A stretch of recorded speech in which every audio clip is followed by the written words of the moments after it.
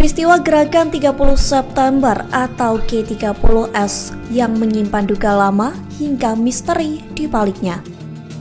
Namun ada kesaksian tokoh PKI Kolonel Abdul Latif pernah bikin geger. Ia mengaku sempat bicara, bahkan memberi laporan kepada Maijen Soeharto sebelum meletus G30S PKI.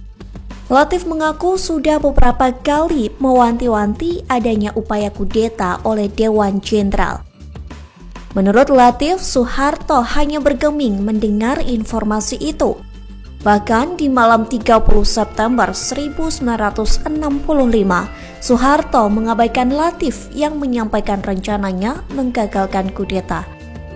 Kolonel Abdul Latif, Komandan Garnison Kodam Jaya, membeberkan alasannya tidak memasukkan nama Soeharto saat peristiwa G30S PKI.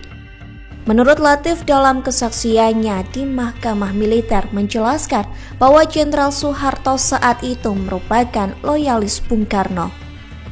Tak cuma itu, Latif bahkan melapor ke Maijen Soeharto yang kala itu menjabat sebagai Panglima Komando Strategis Angkatan Darat.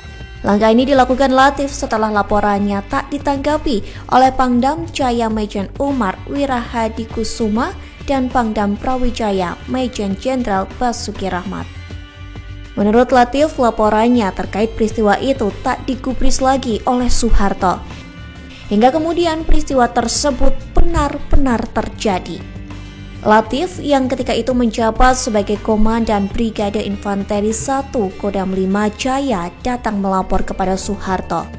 Latif mempertanyakan mengapa Soeharto selaku Panglima Kostrat tidak menggagalkan peristiwa yang berbuntut pada penggulingan Soekarno selaku presiden setelah mendapat laporannya.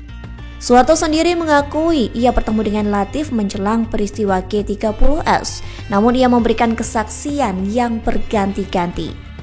Dalam wawancaranya dengan Der Spiegel pada 19 Juni 1970, Soeharto mengaku ditemui di RSPAD Gatot Subroto oleh Latif pada malam 30 September 1965.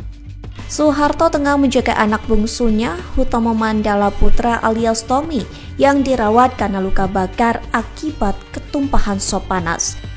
Namun kata Soeharto, Latif tidak memberi informasi apa-apa, malah akan membunuhnya saat itu juga. Namun dalam autobiografinya Soeharto, Pikiran, Ucapan, dan Tindakan Saya 1988, Soeharto mengaku hanya melihat Latif dari kejauhan dan tidak sempat berinteraksi.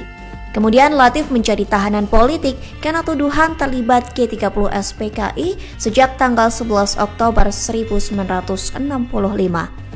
Ia kemudian diadili tahun 1978 dan dibebaskan dari tahanan tanggal 6 Desember 1998 oleh pemerintah di bawah kepemimpinan Presiden B.J. Habibie. Kolonel Abdul Latif meninggal dunia pada pukul 6.30 waktu Indonesia Barat pada Rabu 6 April 2005 akibat sakit paru-paru. Terima kasih sudah nonton. Jangan lupa like, subscribe, dan share ya.